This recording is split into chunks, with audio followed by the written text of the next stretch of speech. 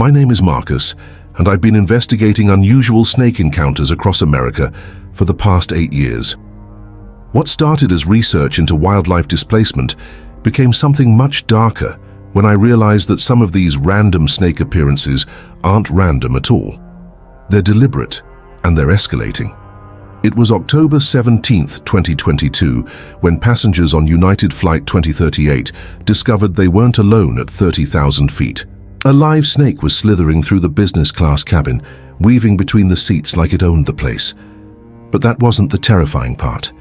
The terrifying part was that this was the 7th impossible snake incident I'd documented that month. You know that moment when you're trapped in a metal tube hurtling through the sky and you hear someone scream? Not the normal scream of turbulence or a crying baby, but the primal, terror-filled scream of someone who's just seen something that shouldn't exist in their reality. That's what 247 passengers experienced when flight attendant Jennifer Walsh opened the overhead compartment in row 12, and a 4-foot timber rattlesnake dropped onto the lap of businessman David Chen. I thought I was tracking wildlife accidents. I had no idea I was documenting something much more sinister. The chaos that followed was unlike anything I'd seen in my years of investigating snake encounters. Passengers climbing over seats, flight attendants trying to maintain order, while a venomous reptile slithered freely through the cabin. The pilot made an emergency landing in Denver, but by the time animal control boarded the plane, the snake had vanished. Completely. Like it had never existed. But I knew it had existed, because I'd been tracking similar incidents for months, and they all followed the same impossible pattern. Snakes appearing in places they couldn't possibly reach. Snakes of species that didn't belong in those geographic regions. Snakes that seemed to vanish as mysteriously as they appeared. The snakes aren't just appearing in impossible places, they're being placed there by someone who wants people to find them. 3 weeks before Flight 2038, I'd investigated the case of Amber Hall in Centennial, Colorado. She'd moved into her dream home, a brand new construction in an upscale neighborhood, only to discover 10 live snakes living in the walls. Not just any snakes. Coral snakes, which don't exist in Colorado. Cottonmouths from Louisiana. A gaboon viper that belonged in sub-Saharan Africa. They were everywhere, Amber told me, her hands shaking as she showed me photos on her phone.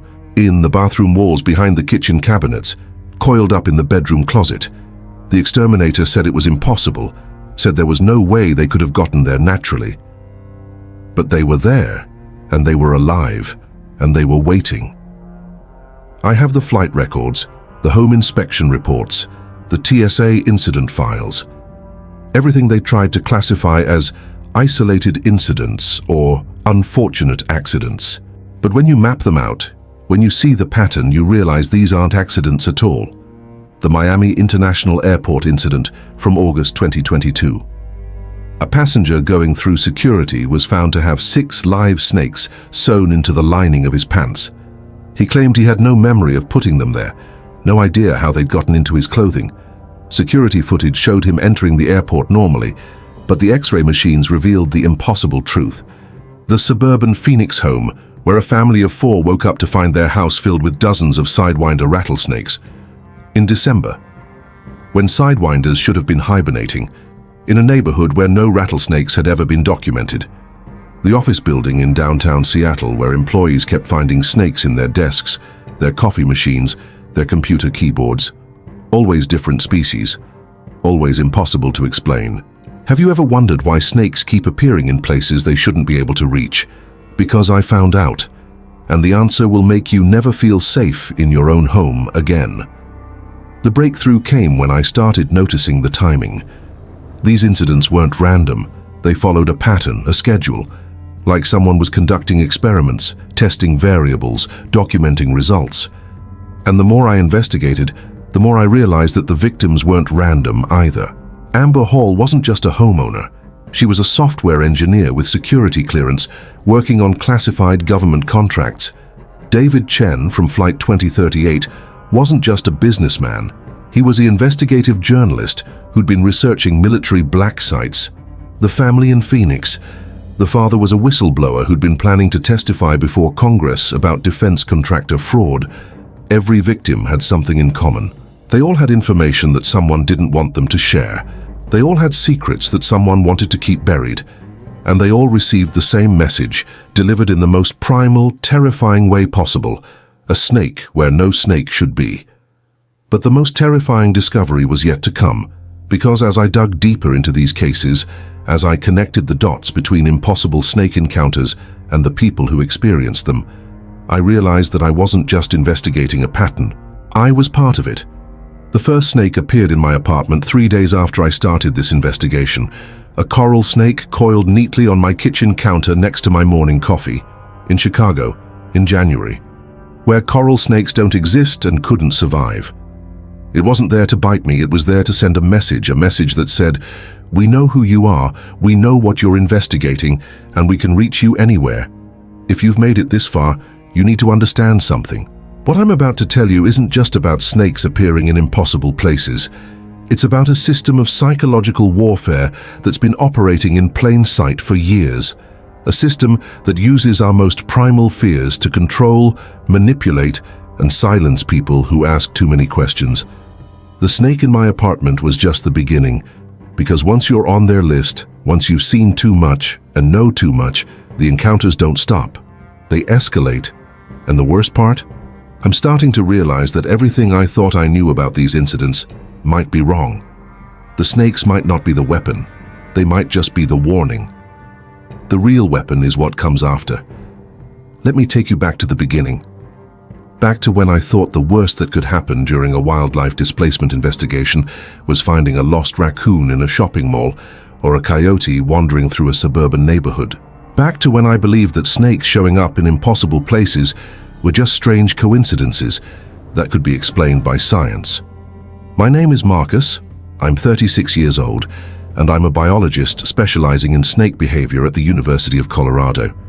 I started my career studying wildlife migration patterns in expanding urban areas, how the construction of new residential neighborhoods affected animals' natural habitats and forced them to seek new territories.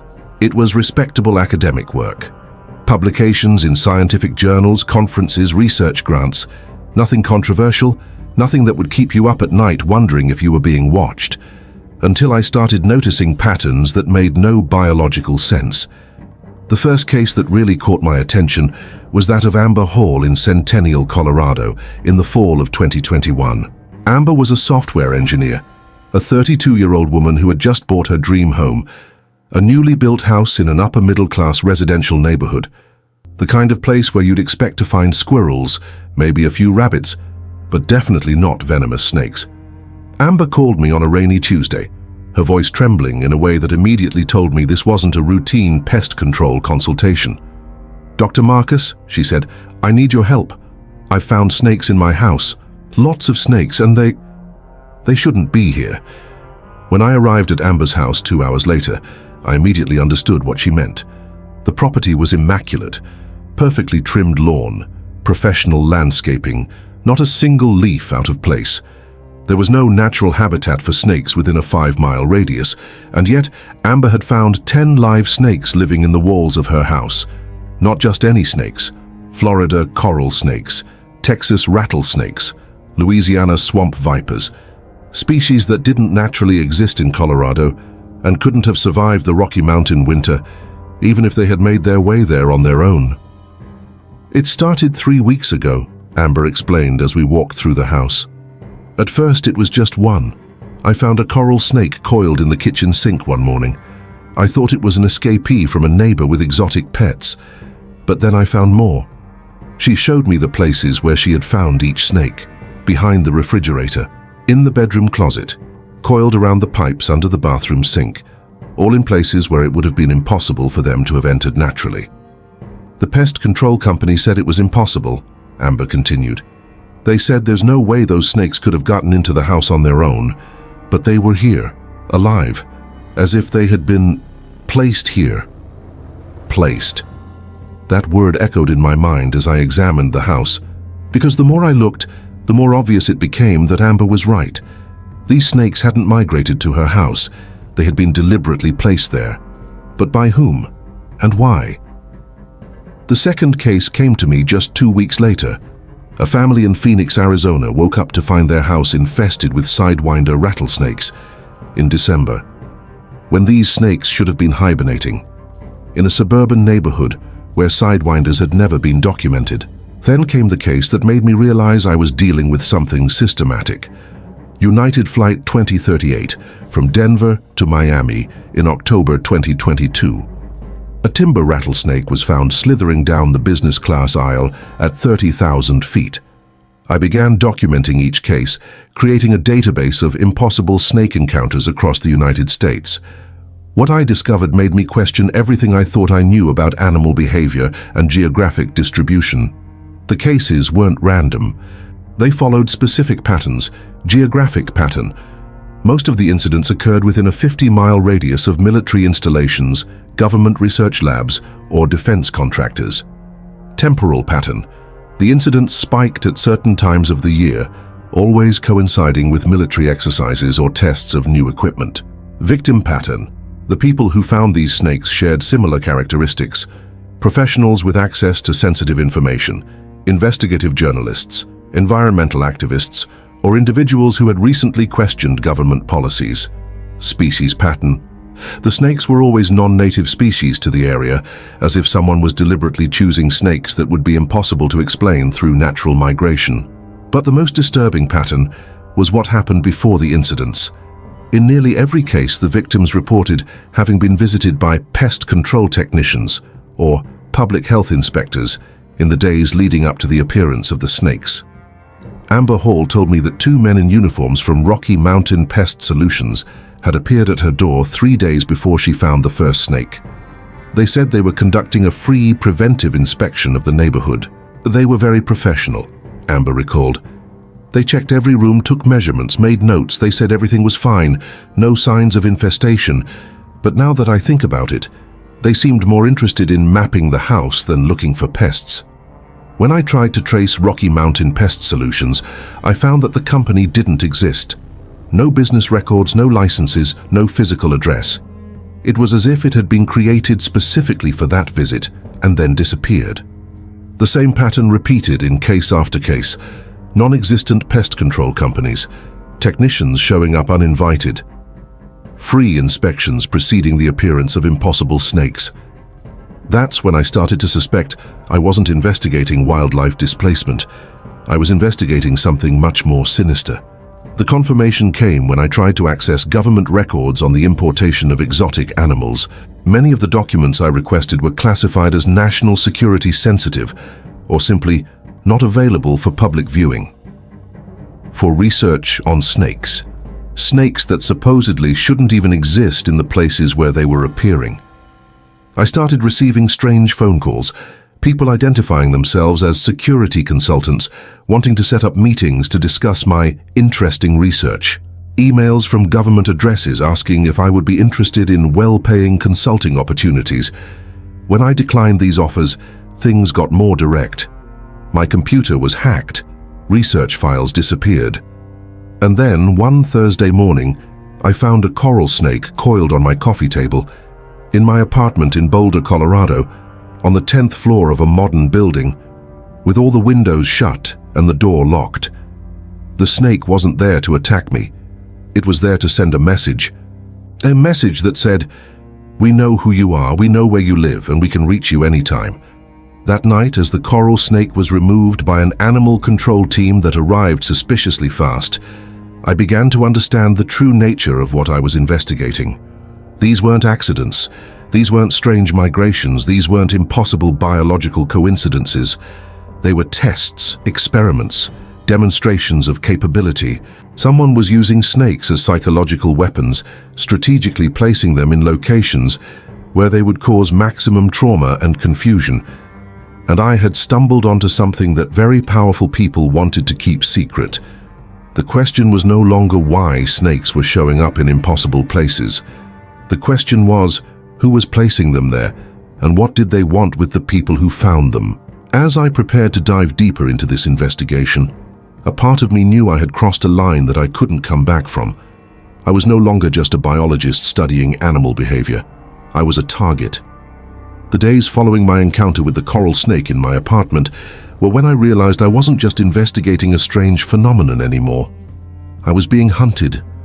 And whoever was behind these impossible encounters had resources, technology, and an operational network far beyond what I had imagined. The first confirmation that I was being watched came through my computer. Files I had created started disappearing. Not deleted, simply vanishing as if they had never existed. My database of impossible snake cases, which had taken months to compile, was halved overnight. But the most disturbing part was that the files disappearing were always the most sensitive. Documents about victims with government connections, photos of snakes with characteristics that made no biological sense, records of pest control companies that didn't officially exist. Someone was monitoring my research in real time, deciding what I could and couldn't know. I started taking precautions, saving everything on encrypted drives, using public computers for sensitive research, varying my work patterns. But no matter what I did, they always seemed one step ahead.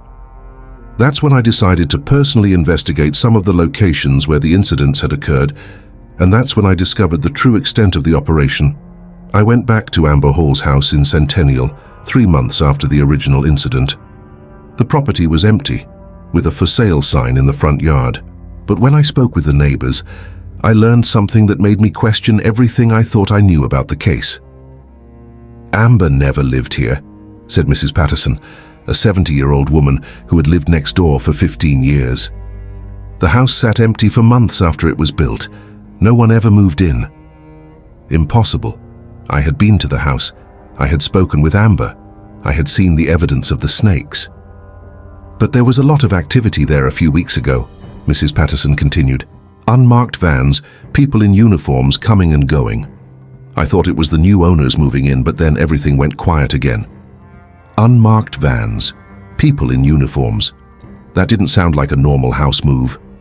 I managed to access the house through a back window that had been left unlocked. What I found inside made me realize I had been completely deceived. The house was empty, but not abandoned. It was staged, like a movie set. Furniture positioned strategically, personal items scattered to create the illusion that someone lived there. And in the room Amber had shown me as her office, I found something that made my blood run cold. Surveillance equipment, hidden cameras, recording devices, and a table covered with photographs. Photographs of me taken from a distance, documenting every move I had made during my investigation of the house. They hadn't just staged the incident with Amber. They had staged my investigation of the incident. I was part of the experiment. But the most disturbing discovery was in the basement. Cages. Dozens of glass cages, each designed to house a specific species of snake. And while they were empty now, I could see the heating systems, humidity devices, automatic feeding mechanisms. Someone had been breeding snakes in that house, breeding them specifically to be used in operations like the one I had investigated. As I left the house, I noticed a dark van parked on the street. It wasn't there when I arrived, and as I started walking toward my car, the van began to move, keeping a constant distance. They weren't hiding anymore. They wanted me to know I was being followed. In the following days, the surveillance became more obvious. The same van appeared outside my apartment, my office, the restaurants where I had lunch. Different cars, but always with the same discreet government plates. People in casual clothes showing up at the same places I did, always keeping their distance, always watching. My phone began making strange noises during calls. My emails were delayed inexplicably. My internet slowed down whenever I tried to access sites related to my research. They were isolating me, cutting off my communications, preparing something. The confirmation came when I tried to contact other victims of the snake incidents. Disconnected phone numbers, non-existent email addresses, people who had simply disappeared, as if they had never existed. Except for one. David Chen, the man who had found the snake on United Flight 2038.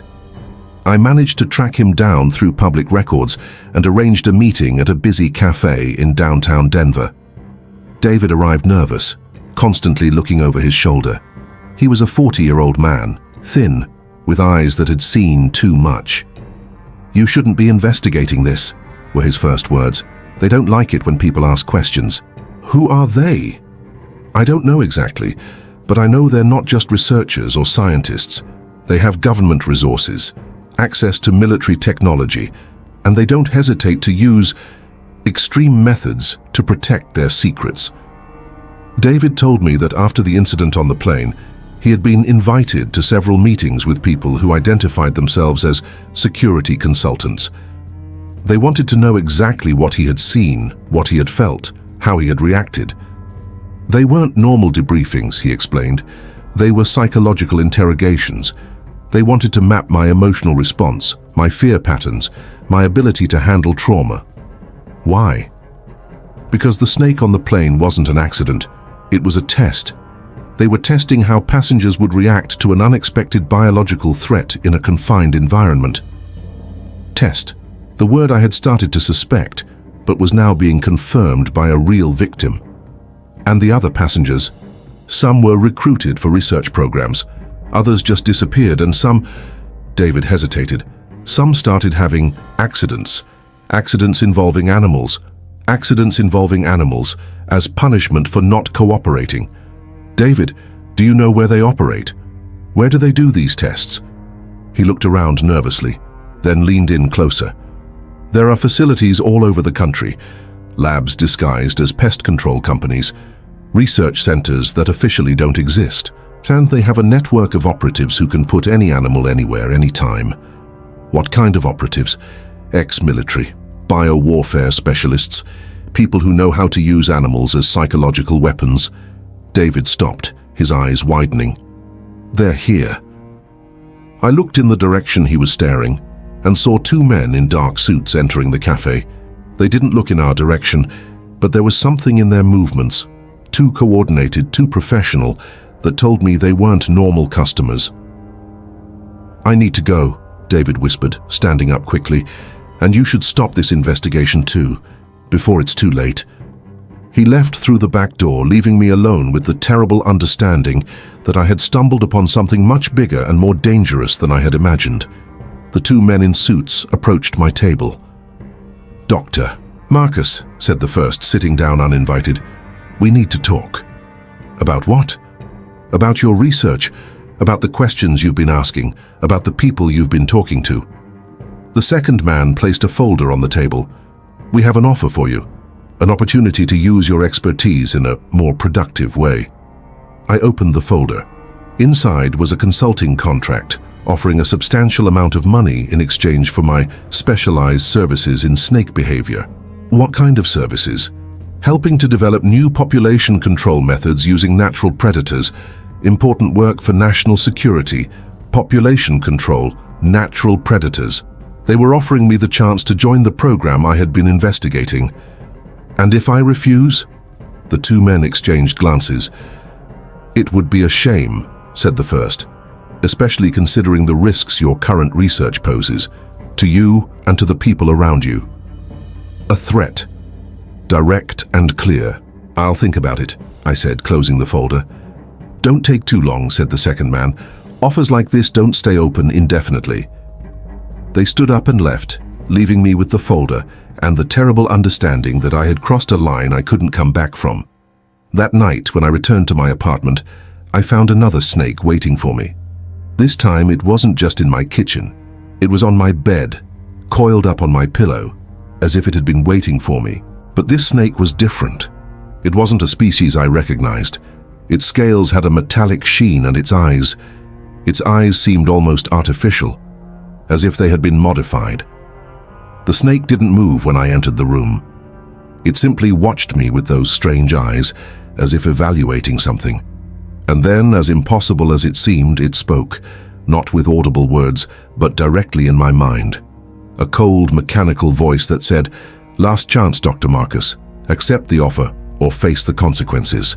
I wasn't dealing just with people using snakes as psychological weapons anymore. I was dealing with people who had modified snakes to be psychological weapons, and they wanted me to join them or become their next victim. The fourth week after my discovery of the impossible snake encounters was when I realized I wasn't just investigating a psychological warfare program. I was uncovering something far more sinister. An operation that transformed ordinary people into living biological weapons, using genetically modified snakes as vectors for mind control. The revelation began when I managed to trace the origin of one of the snakes found on United Flight 2038. Through contacts in the black market for exotic animals, I learned that the timber rattlesnake wasn't just a non-native species transported onto the plane. It was a creature that had been genetically altered in clandestine military labs. Dr. Elena Vasquez, a former DARPA researcher who agreed to meet me in a safe location, confirmed my worst fears. "What you're investigating isn't just about placing snakes in impossible places," she said, her hands shaking as she lit another cigarette. "It's about creating biological weapons that can alter human behavior through controlled exposure to modified neurotoxins." Modified neurotoxins. The words made me realize why the victims of the impossible encounters always reported changes in behavior after the incidents. It wasn't just psychological trauma, it was a chemical alteration of the brain. "The snakes you've documented aren't just transported to these locations," Dr. Vasquez continued. "They're specifically created to release compounds that affect human brain chemistry. Each species is modified to produce different types of neurotoxins, depending on the desired behavioral outcome." Desired behavioral outcome. They were using snakes to program people. "Amber Hall, the software engineer you mentioned," Dr. Vasquez said, consulting notes in a worn notebook. "She wasn't just a random victim.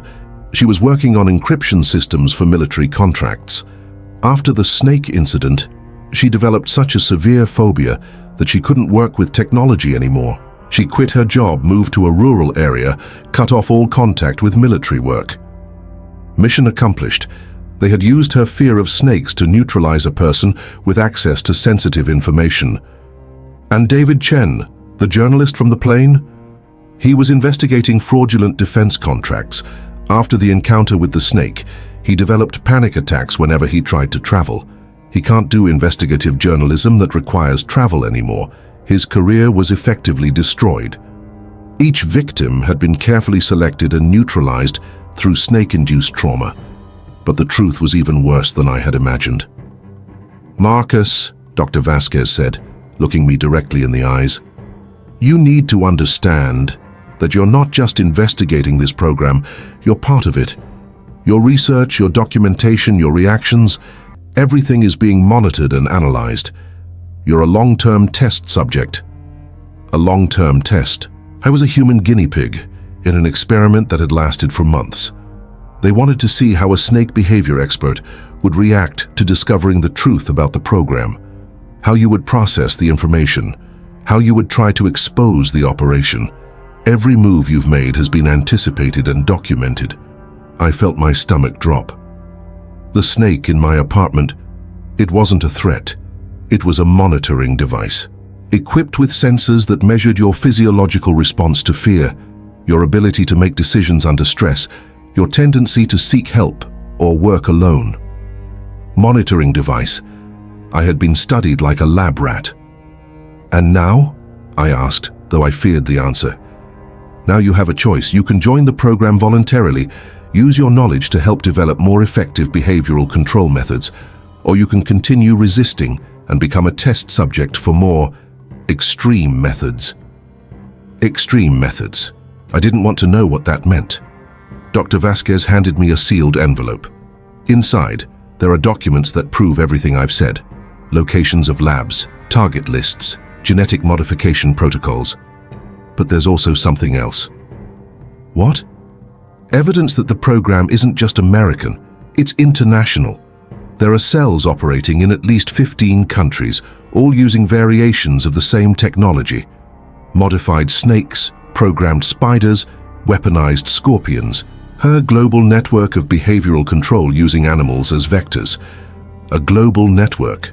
This was much bigger than I had imagined. "Why are you telling me this?" I asked. "Why risk your life to give me this information?" Dr. Vasquez smiled sadly. "Because I was also a test subject. 5 years ago, when I tried to leave the program, they tested a new variant of spider neurotoxin on me.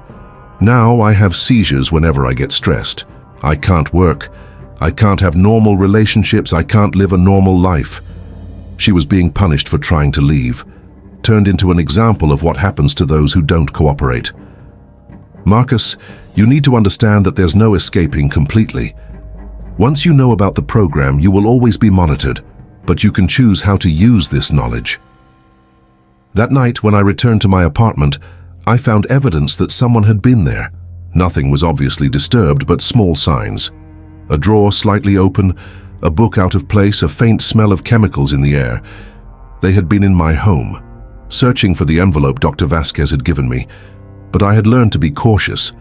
The envelope was hidden in a place they would never think to look, and when I finally opened it and read its contents, I discovered that the truth was even more terrible than Dr. Vasquez had told me. The program wasn't just about behavioral control. It was about forced evolution.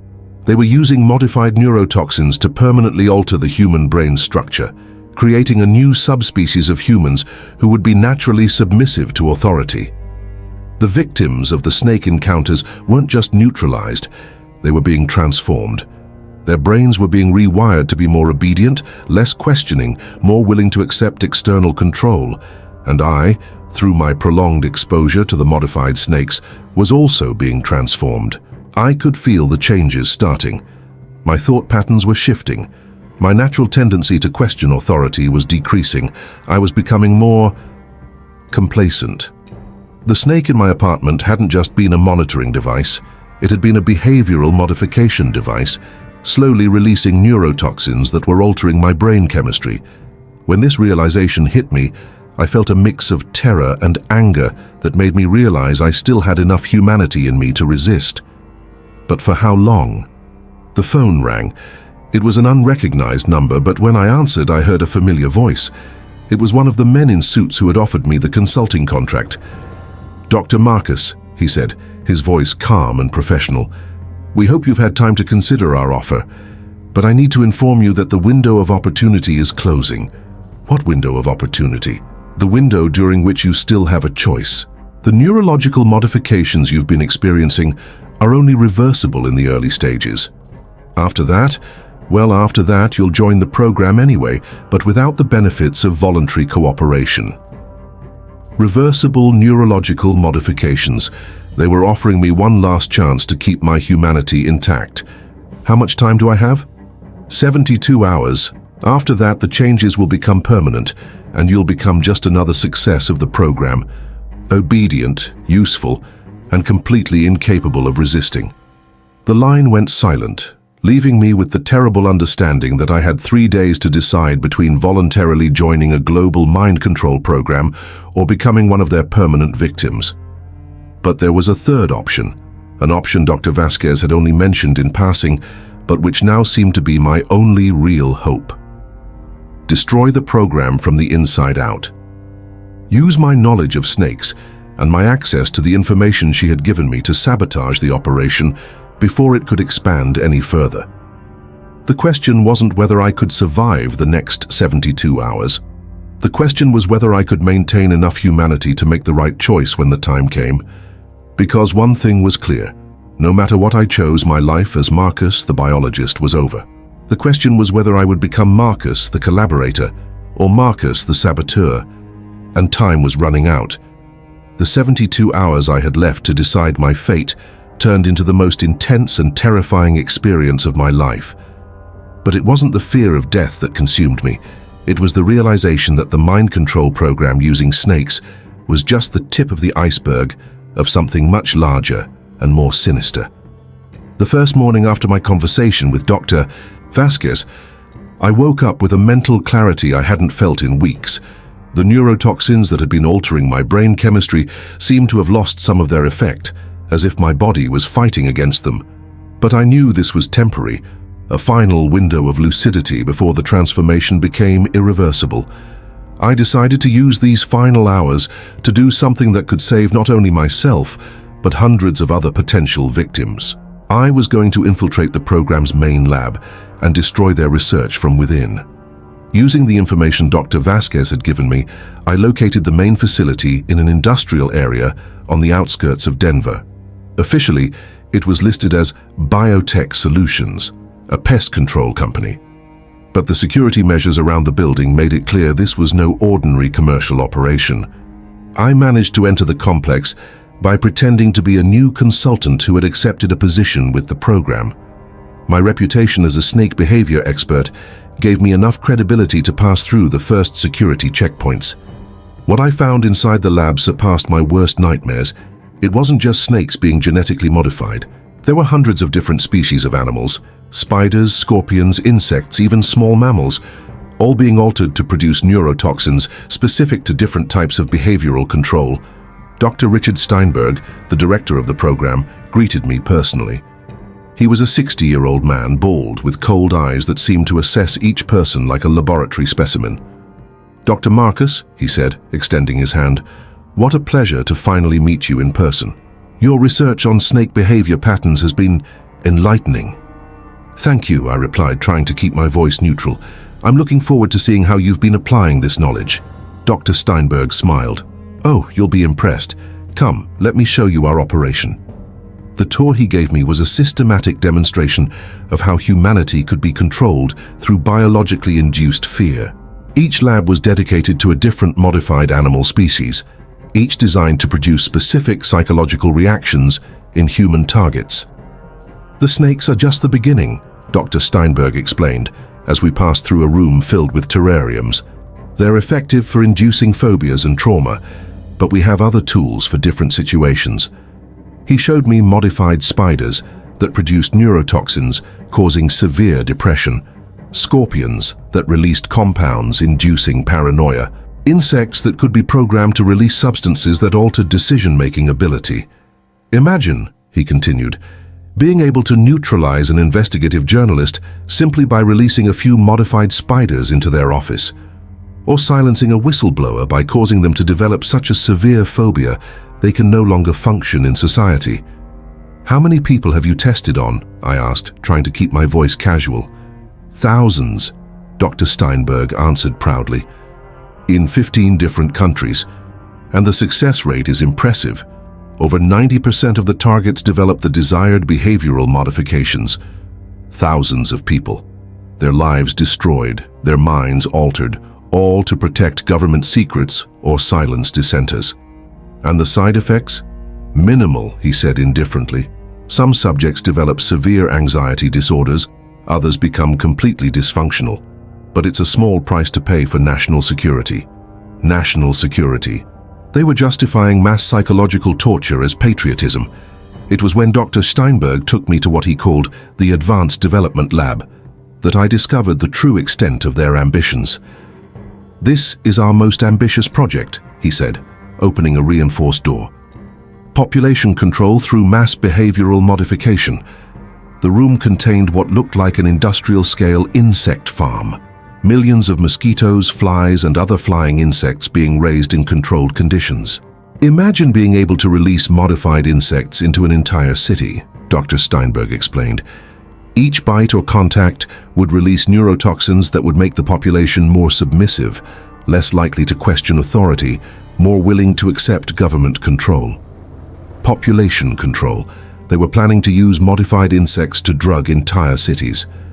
"When do you plan to implement this?" "Small-scale testing has already begun," he replied. "Selected cities in 3 different states. The results are promising. Significant decrease in protests, less resistance to government policies, increased social conformity." They were already testing on civilian populations. Innocent people were being drugged without their knowledge through modified insect bites.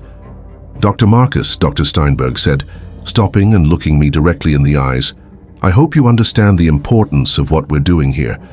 This work could revolutionize the way governments maintain social order." "It's impressive," I lied. "But I have one question. How do you ensure that the operators themselves aren't affected by the neurotoxins?" "Excellent question," he smiled.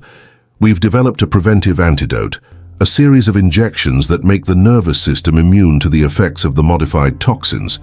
An antidote. That meant the effects could be reversed. Can I see how it works?" Dr. Steinberg hesitated for a moment, then nodded. "Of course.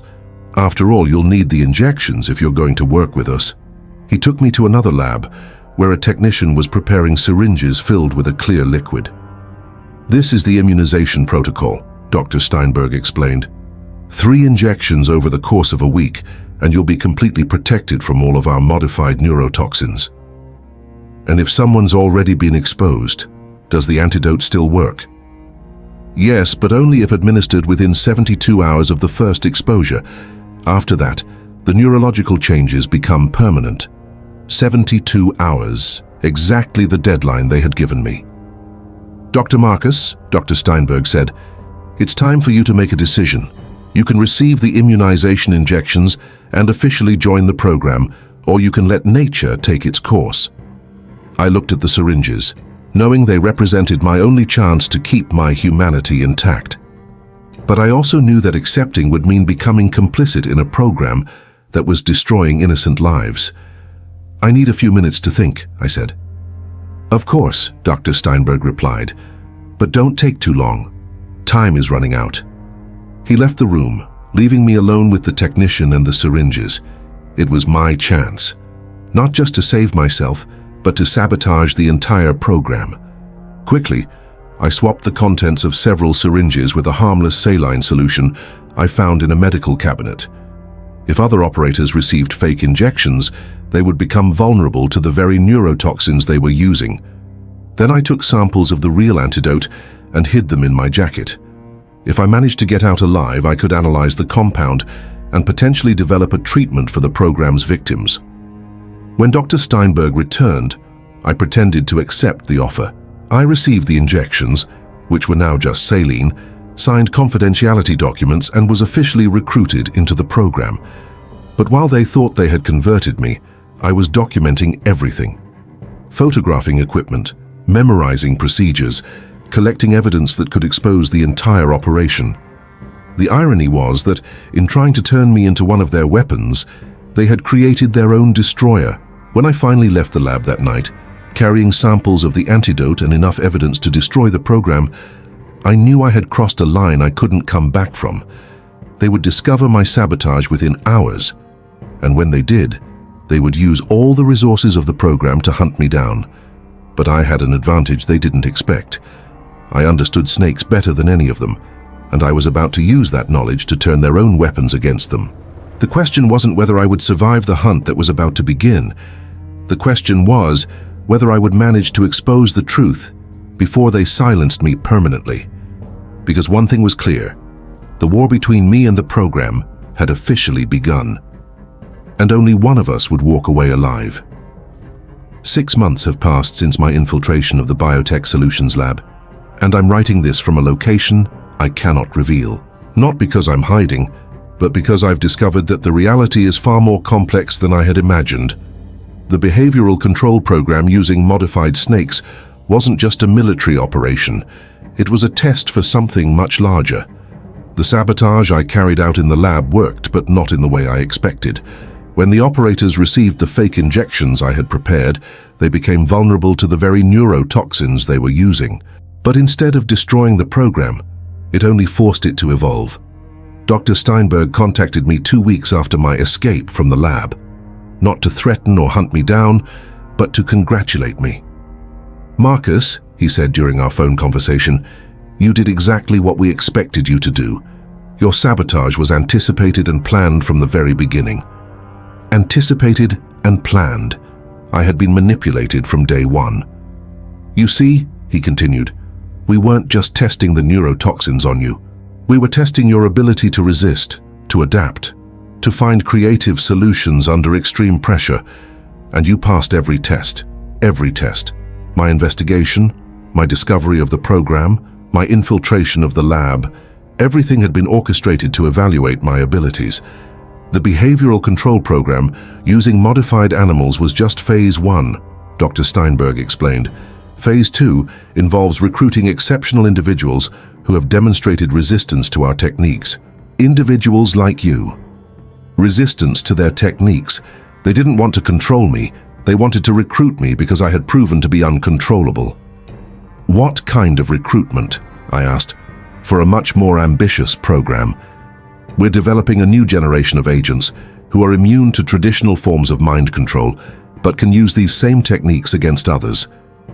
agents who understand both the science and psychology behind behavioral control. Agents immune to mind control.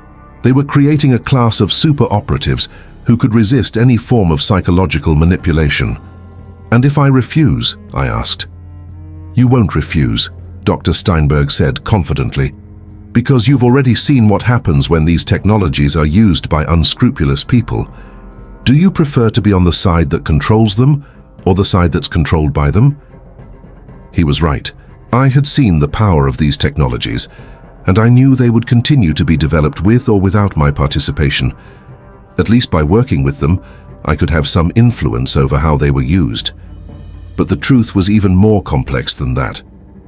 In the months that followed, I learned that the program wasn't just American. It was global. There were cells operating in at least 20 countries, all developing variations of the same technologies. Modified snakes, weaponized insects, mammals programmed to induce specific psychological responses. And all these cells were recruiting individuals who had demonstrated resistance to their techniques, creating an international network of agents who were simultaneously immune to mind control and experts in applying it. I became part of this network, not by choice but by necessity, because the alternative was to allow these technologies to be developed and implemented without any ethical oversight. But working inside the system showed me things I'd rather not have seen. The program wasn't just targeting political dissenters or investigative journalists.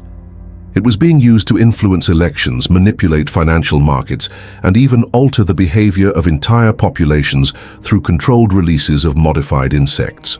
The pest control visits I had documented were just the tip of the iceberg. There were much larger operations happening, releases of modified mosquitoes in entire cities, introducing programmed spiders into corporate offices, even placing modified snakes in the homes of key political figures. And the most disturbing part, it was working. Populations were becoming more submissive, less questioning, more willing to accept authority without challenge. Not through force or propaganda, but through subtle chemical alterations in their neurology. Today, 6 months later, I no longer know whether I'm an agent working to expose the program or a collaborator helping to implement it. The line between resistance and complicity has become so thin that it sometimes disappears completely. I continue to document cases of impossible snake encounters, but now I know that many of them are operations I helped plan. I continue investigating the use of modified animals for behavioral control, but now I'm part of the team that develops them. The irony is that in trying to turn me into a weapon, they made me something far more dangerous, someone who completely understands how the system works and has access to all of its secrets. Yesterday I received a new mission. There's a journalist in Portland investigating the mysterious disappearances of biotechnology researchers. My job is to place some modified snakes in his house, induce enough trauma to make him stop investigating. It's a routine mission, the kind of thing I do several times a month now. But this time, I'm thinking of doing something different. I'm thinking of telling him the truth about the program, the modified snakes, how people like me are recruited and turned into weapons against our own kind. It would be a betrayal of the program. It would be signing my own death sentence. But maybe it's the only way to hold on to some shred of humanity. If you've made it this far, you need to understand something. The impossible encounters with snakes that I documented aren't just isolated cases of psychological warfare. They are part of a global behavioral control system that is operating right now in your city, perhaps in your own neighborhood. Never trust unsolicited visits from pest control companies. Never ignore impossible encounters with animals that shouldn't be where they are. And if you work in journalism, activism, or any field that questions authority, be prepared. Because they are always watching, always assessing, always looking for new targets and new recruits. Comment the word serpent if you think you could handle finding a snake in your house at 3 a.m. Because I've learned that sometimes the snake isn't the real threat. Sometimes it's just the message. And if you've ever had impossible encounters with animals, if you've ever received unsolicited visits from technicians, if you've ever felt like you're being watched or tested, share your story. Because the more people know the truth, the harder it will be for programs like this to operate in secret. Dr. Steinberg and his team are still out there, still recruiting, still testing. And somewhere right now, another person is finding a snake where no snake should be. It's not an accident. It's a test. And your reaction will determine whether you become a target or a recruit. Choose wisely, because once you enter the system, there's no going back. And I should know, because I'm living proof that sometimes the only way to fight the monster is to become part of it.